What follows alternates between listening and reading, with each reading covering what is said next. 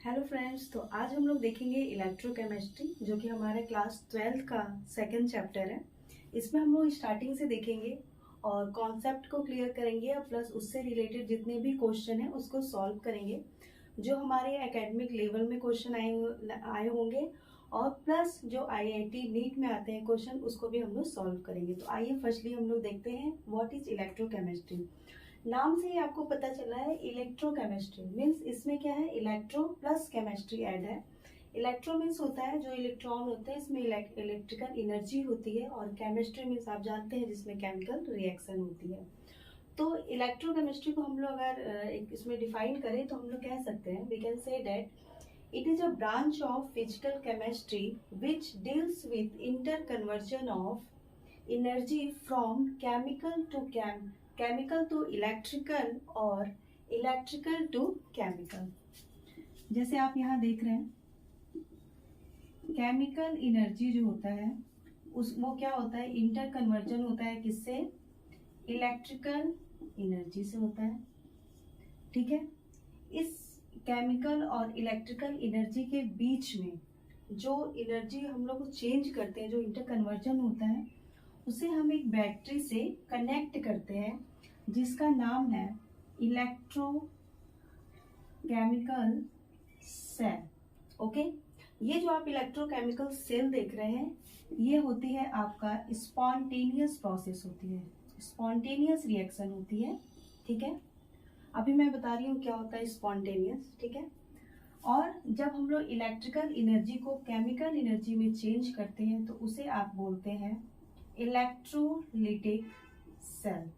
ठीक है, और ये जो आपका रिएक्शन होता है ये होता है आपका नॉन स्पॉन्टेनियस रिएक्शन। ओके, आइए देखते हैं स्पॉन्टेनियस रिएक्शन क्या होता है। तो स्पॉन्टेनियस रिएक्शन हम उसे कहते हैं जो अपने आप हो जाता है। जैसे फॉर एग्जांपल, जैसे आप सॉल्ट कैसे लेते हैं, बनाते हैं, Na लेते हैं प्लस हाफ Cl2, आपका ये NaCl बन जाता है, नमक बन जाता है।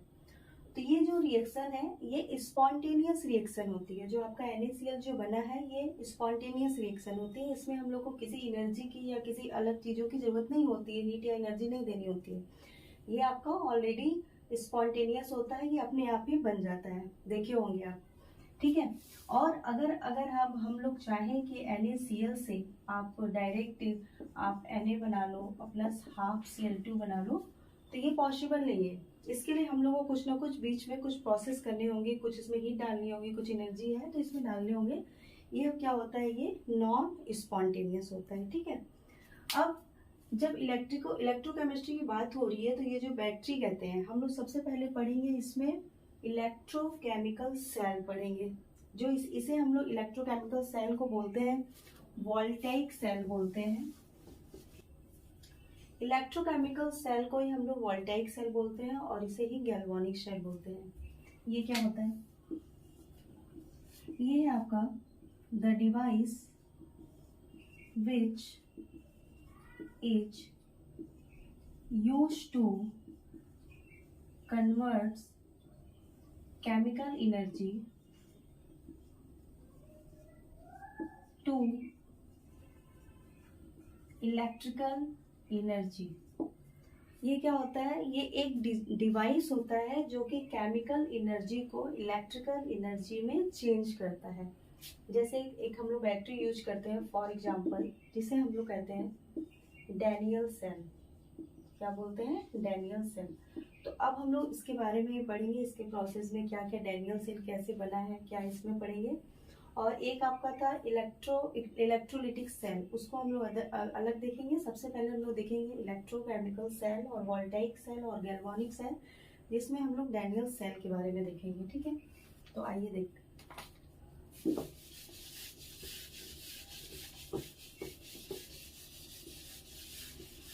डैनियल सेल को देखने के लिए सबसे पहले हम लोग को चाहिए दो कंटेनर।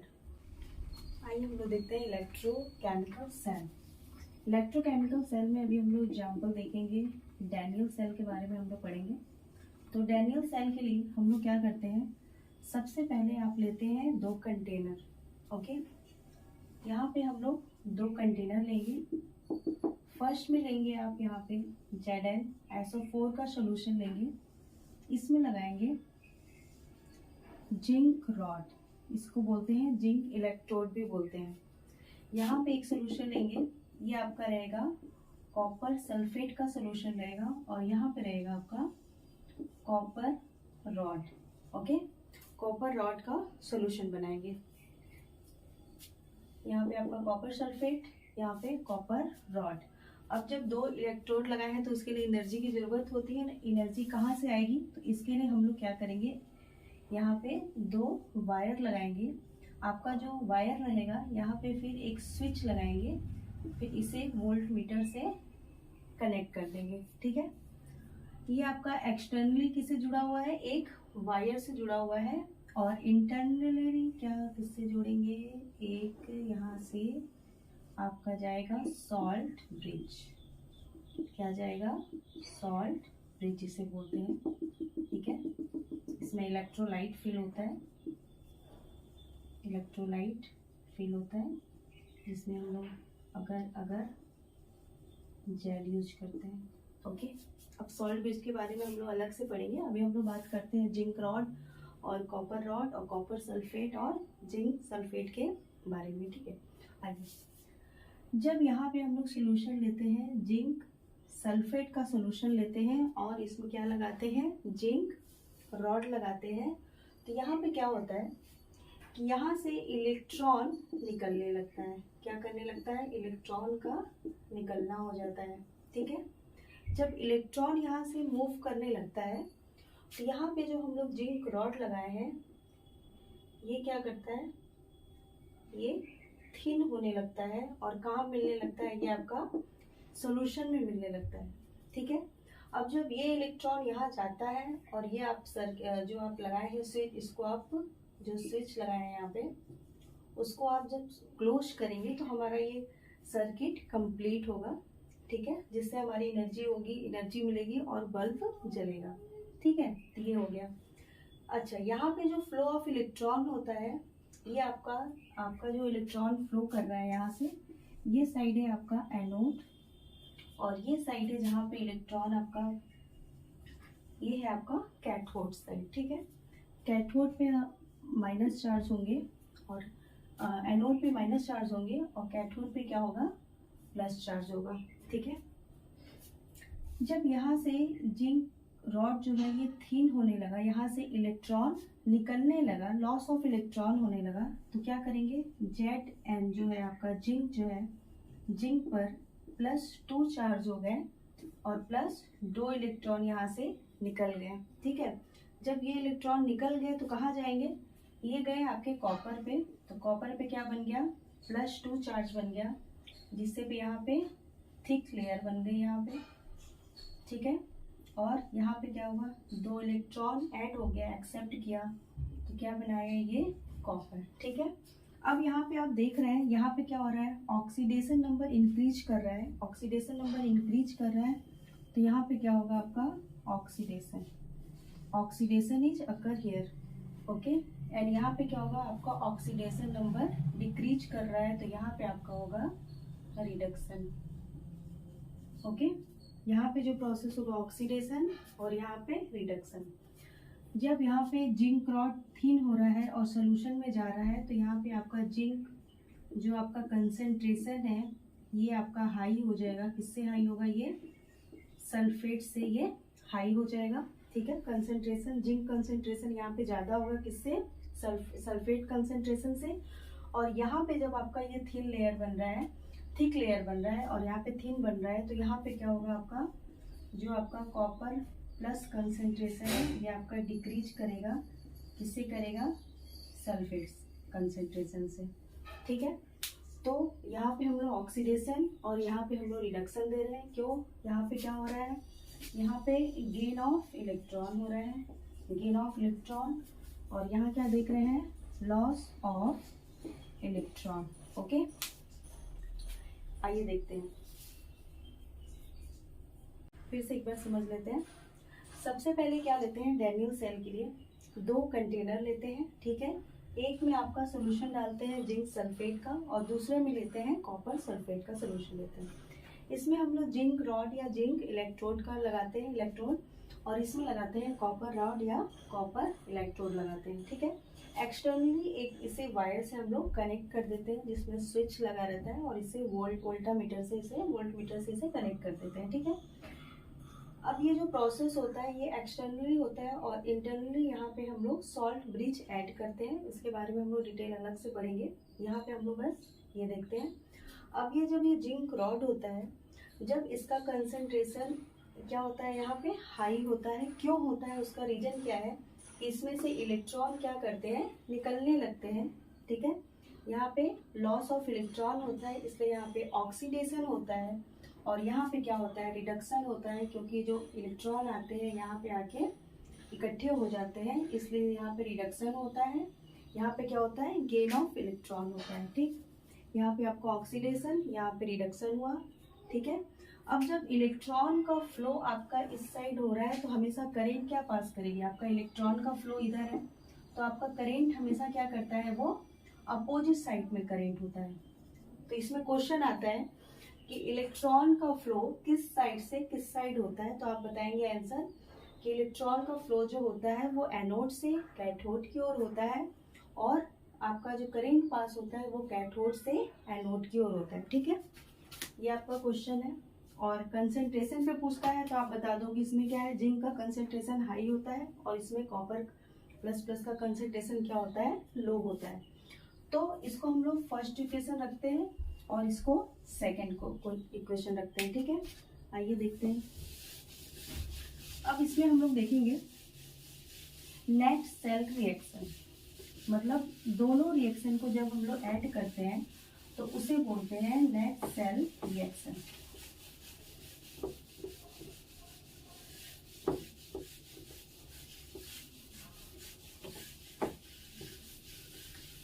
आइए देखते हैं। पहला इक्वेशन क्या था हमारा, Zn गिव्स 2 इलेक्ट्रॉन आपका लॉस करता है Zn। Okay, this is first equation. And second क्या था, कॉपर 2 प्लस, ये क्या किया, कॉपर में हुआ। ठीक है, क्या किया, ये ऐड किया था 2 इलेक्ट्रॉन। ठीक है, ये आपका है सेकंड इक्वेशन। ठीक है, ये आपका सेकंड इक्वेशन है। तो यहाँ पे जब हम दोनों को ऐड करेंगे तो ये क्या हुआ, ये इलेक्ट्रॉन से कट गया, तो बना क्या, हमें मिला क्या, Zn plus copper 2 plus gives Zn plus plus plus copper. ये जो हमारा रिएक्शन है इसे बोलते हैं हम लोग नेट सेल रिएक्शन।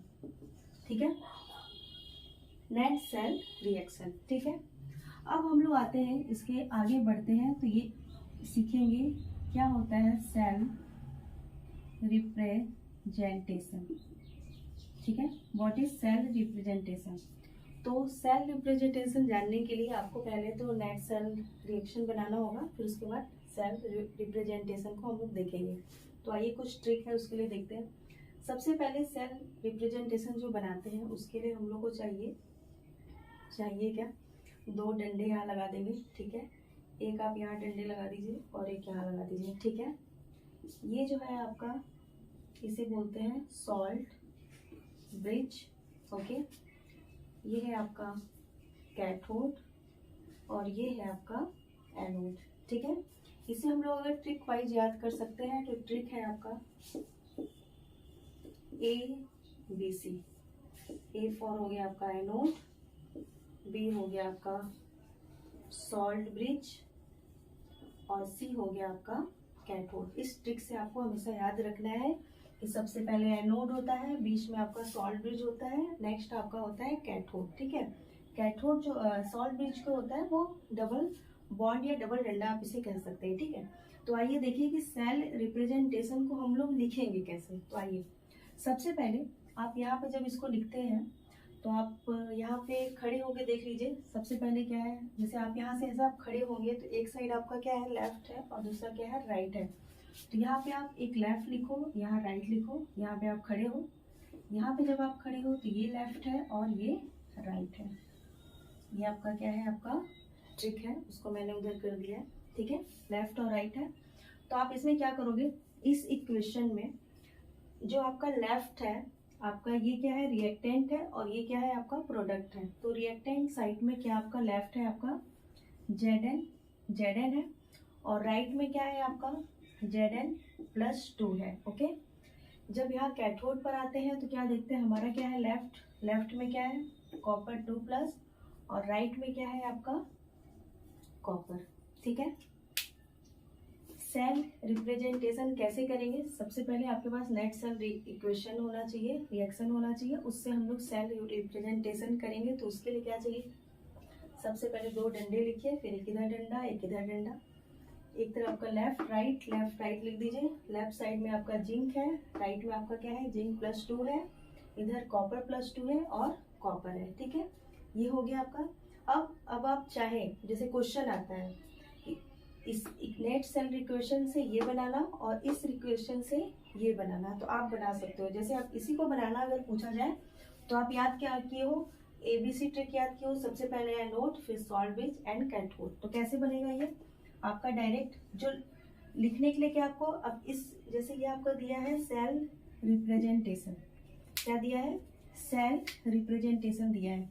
अब आपको ये बनाना है, तो कैसे बनाओगे, जो लेफ्ट है उसको एक साथ ऐड कर दो, जो राइट है उसको एक साथ ऐड कर दो। जैसे लेफ्ट में आपके क्या है Zn, ठीक है, फिर क्या मैं बोली हूँ कि लेफ्ट को एक साथ ऐड करेंगे, तो लेफ्ट क्या हुआ, एक साथ ऐड हो गया। ठीक है, और राइट क्या हुआ, एक साथ ऐड हो गया। ये हो गया, ये आपका क्या बना, नेट सेल रिएक्शन। तो आपका 2 चीजें हो जाएगा क्लियर इससे। नेट सेल रिएक्शन अगर दिया रहा तो आप सेल रिप्रेजेंटेशन बना सकते हो। ठीक है, और अगर ये दिया रहा तो आप ये बना सकते हो। ठीक है, ये अभी हम लोग इस पे 2-4 क्वेश्चन भी करेंगे, 5-6, उससे क्या है कि आपका क्लियर हो जाएगा कि हम लोग क्वेश्चन कैसे इसमें कर सकते हैं। ठीक है, तो आइए देखते हैं। इसलिए आपको ध्यान रखना है, जब आप सेल रिप्रेजेंटेशन लिख रहे हो तो आप क्या करते हो, सबसे पहले एक डबल डंडा लगाते हो, फिर एक इधर और एक इधर। ये है आपका सॉल्ट ब्रिज, और ये क्या है आपका कैथोड, और ये है आपका एनोड। ठीक है, तो अभी मैं आपको ABC ट्रिक बताई थी, anode, salt bridge and cathode. आइए देखिए, जब एनोड की बात करते हैं हम लोग, तो यहाँ पे आपका Zn है, Zn+2, कॉपर+2। ओके, जब यहाँ पे आयंस की बात होती है, तो यहाँ पे हम लोग लगाते हैं एक्वस, यहाँ पे आपका क्या रहेगा सॉलिड फॉर्म, और यहाँ पे एक्वस फॉर्म लगाएंगे, यहाँ पे सॉलिड फॉर्म लगाएंगे। जब एक्वस फॉर्म लगाएंगे तो इसके साथ रहेगा 1 मोलर, और यहाँ पे भी आपका रहेगा 1 मोलर ऐड करेंगे। ठीक है, आपका जो पहला इक्वेशन था जिंक का और कॉपर का, तो जो इधर इस साइड जो हम लोग एक कंटेनर लिए थे जिसमें जिंक सल्फेट लिए थे और जिंक का रॉड लगाए थे, तो उसे हम लोग बोलते हैं एनोडिक हाफ रिएक्शन। इसे बोलते हैं आपका क्या बोलते हैं, एनोडिक हाफ रिएक्शन। और जो आपका सेकेंड वाला कंटेनर लिए थे इसे बोलते हैं आप कैथोडिक हाफ रिएक्शन।